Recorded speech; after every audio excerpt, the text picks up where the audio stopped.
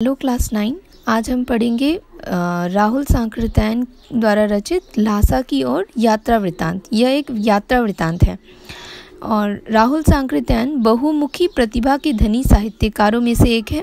उन्होंने उपन्यास, कहानी, आत्मकथा, यात्रा वृत्त, जीवनी, आलोचना, शोध आदि अनेक विधाओं में साहित्य सृजन किया। उन्होंने विभिन्न ग्रंथों के हिंदी में अनुवाद भी किए और यात्रा वृत्त लेखन में राहुल जी का स्थान अद्वितीय है। उन्होंने बहुत सारे यात्रा वृत्तांत लिखे हैं जिस कारण उन्होंने यात्राएं भी बहुत सारी की। उन्होंने घुमक्कड़ी के शास्त्र की रचना की। उन्होंने घुमक्कड़ी के लाभ का विस्तृत उद्देश्य बताया और यात्रा को ही घुमक्कड़ का उद्देश्य बताया। इसमें मनोरंजन, ज्ञानवर्धन, अज्ञात स्थानों की जानकारी के साथ साथ भाषा का सांस्कृतिक आदान प्रदान भी होता है।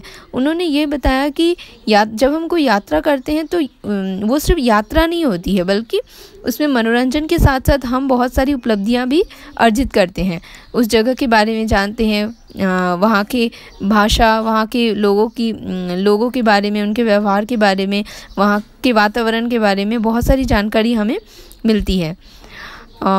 राहुल जी ने अपनी रचनाओं में परिनिष्ठित और शुद्ध भाषा का प्रयोग किया है। उनकी रचनाओं में हम तत्सम, तद्भव के साथ साथ अरबी, फारसी, हिंदी की बोलियों के रोचक शब्द भी प्रयोग में देखते हैं। लोकोक्तियाँ और मुहावरे के प्रयोग से भाषा की रोचकता उन्होंने बढ़ाई है, क्योंकि वे जगह जगह यात्राएं उन्होंने की और हर जगह के शब्दों का प्रयोग हम उनकी रचनाओं में हम देखते हैं। तो आज हम पढ़ेंगे ल्हासा की ओर। यह एक यात्रा वृत्त है। यात्रा वृत्त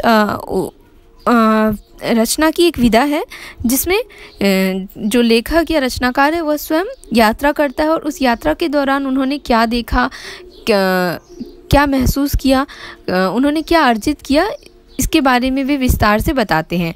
उनकी कठिनाइयों के बारे में, यात्रा में क्या कठिनाइयाँ आई, वहाँ की जगह के बारे में हमें पता चलता है। तो हम यहाँ पे देखेंगे ल्हासा के बारे में हमें यहाँ पे क्या प्राप्त होता है।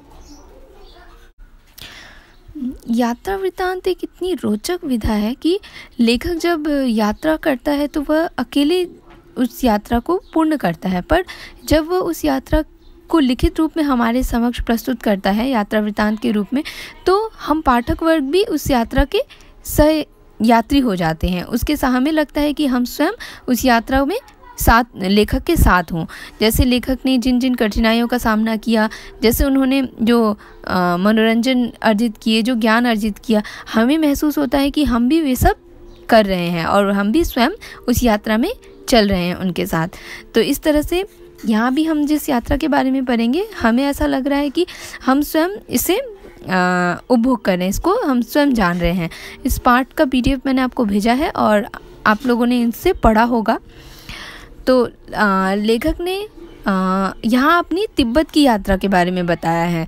जब तिब्बत की यात्रा नेपाल तिब्बत के मार्ग से की जाती थी, तब उन्होंने ये यात्रा की थी और तब का ये वर्णन करते हैं। तो इसी रास्ते से, जो रास्ता वे अपनाते हैं यात्रा के लिए, उसी रास्ते से हिंदुस्तानी वस्तुएं जो होती थी वे तिब्बत जाती थी और यह एक व्यापारिक और सैनिक रास्ता था। यहाँ जगह जगह पर हम देखेंगे, यात्रा में भी बताया गया है कि फौजी चौकियाँ थी, किले थे जो कि पुराने जो किले पुराने हो चुके थे, उसमें उसे डेरा जमा लिया गया था किसानों द्वारा और वे वहाँ रहने लगे थे। इसी तरह के एक किले में लेखक चाय पीने जाते हैं और लेखक ने ये यात्राएं एक भिखमंगे के वेश में की है, क्योंकि उस समय आम आदमियों को इतनी आसानी से तिब्बत में जाने को नहीं मिलता था, जिस कारण उन्होंने यह वेश लिया और उनके साथ वहाँ का ही कोई एक व्यक्ति है जिसका नाम है सुमति। तो इस तरह से वो यात्राएं करते हैं और यात्रा करते हुए वे बताते हैं कि तिब्बत में यात्रियों के लिए कुछ अच्छी बातें हैं तो कुछ तकलीफ़ें भी हैं। कुछ अच्छी बातें ये हैं कि वहाँ जाति पाति, छुआछूत, पर्दा प्रथा जैसा कुप्रथाएं नहीं हैं। लोग अपने घरों को खुला रखते हैं और जो उस घर की जो बहुएं होती हैं, उनकी सासें यात्रियों को या अपरिचित जो व्यक्ति होते हैं उनको चाय बनाकर भी देती है। यदि यात्रियों को कुछ संदेह हो तो वे अपनी चाय खुद भी बना सकते हैं।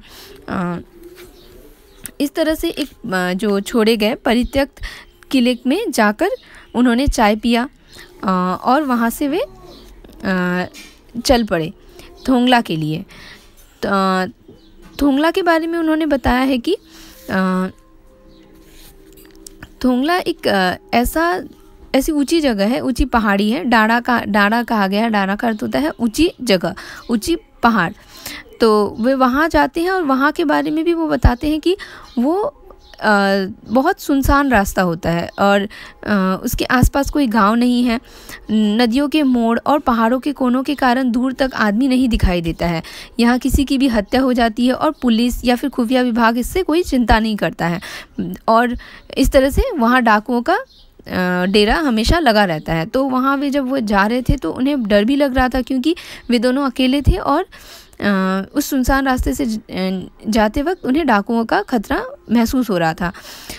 क्योंकि उन्होंने वहाँ और एक बात कही है कि उस समय वहाँ हथियार का कानून न होने के कारण लोग हथियार भी लेकर घूमते थे, जिस कारण डाकू जब किसी को मारता था, किसी को लूटता था, तो वे उन्हें मार भी देते थे, क्योंकि अगर वे उन्हें नहीं मारते तो उन्हें भी खतरा होता था अपनी जान का, क्योंकि सभी लोगों के पास हथियार होते थे।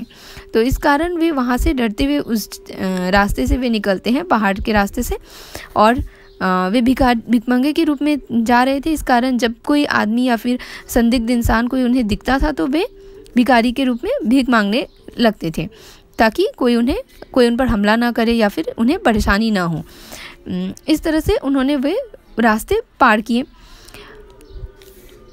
फिर वे दोपहर तक वे डाढ़े पर पहुंच गए, ऊंचाई पर पहुंच गए, जिस ऊंचाई पे वे जा रहे थे।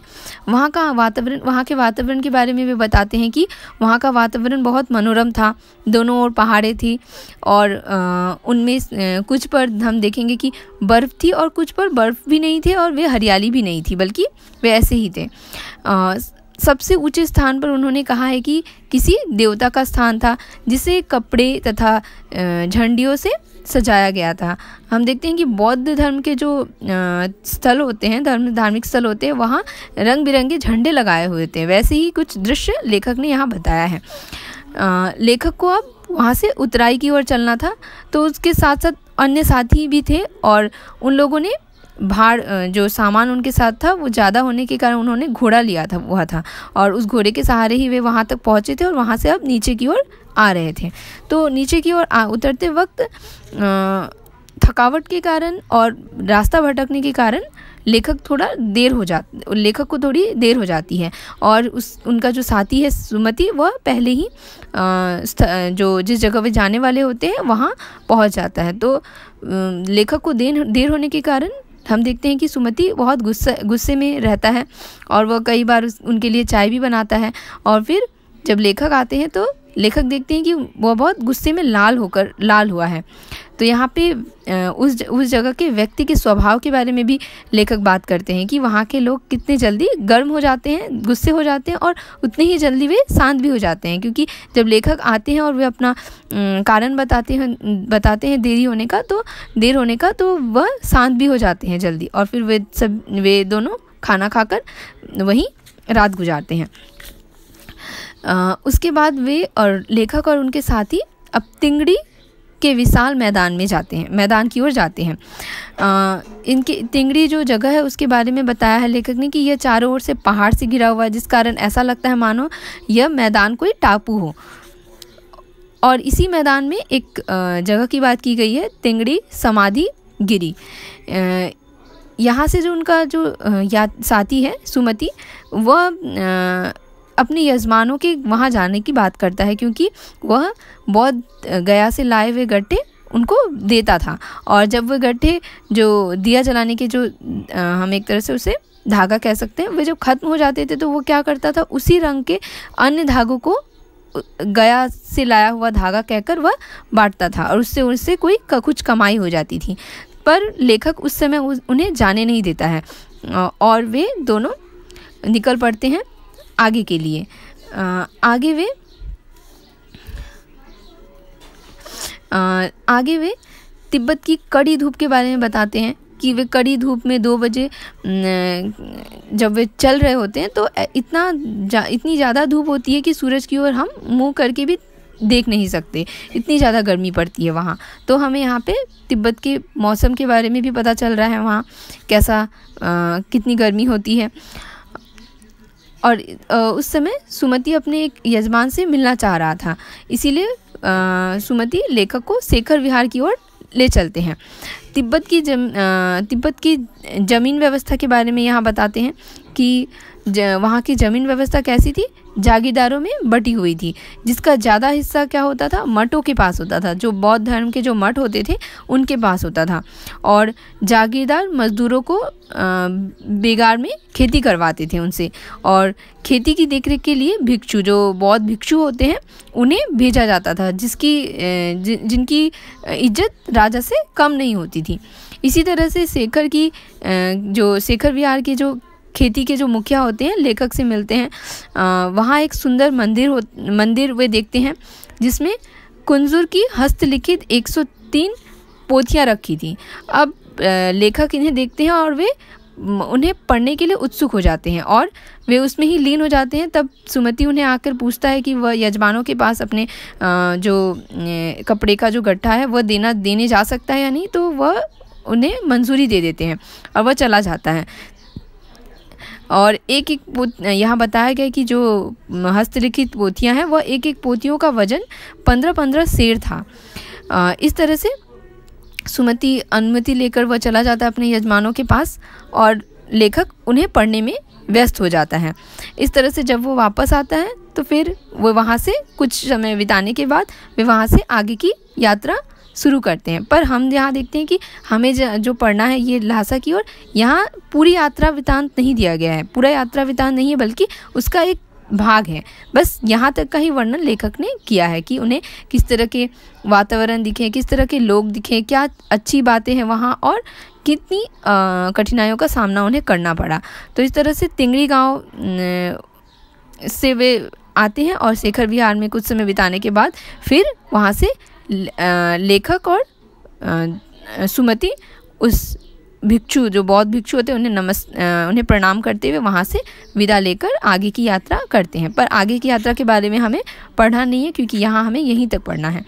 तो इस तरह से हमने इतने ही छोटे से अंश में ही हमने जाना कि तिब्बत कैसा स्थान है, वहाँ कैसे लोग रहते हैं, क्या खाते हैं, उन्हें वहाँ का वातावरण कैसा है, सबके बारे में हमें जानकारी मिली। और ऐसा हमें प्रतीत हुआ कि हम स्वयं उस जगह की यात्रा कर रहे हों। तो यात्रा वृत्तांत इस तरह से ही हमें रोचक बनाता है, हमें ऐसा प्रतीत होता है कि हम स्वयं यात्रा कर रहे हों। तो ये है यात्रा वृत्तांत जो ल्हासा की ओर है चैप्टर का सारांश।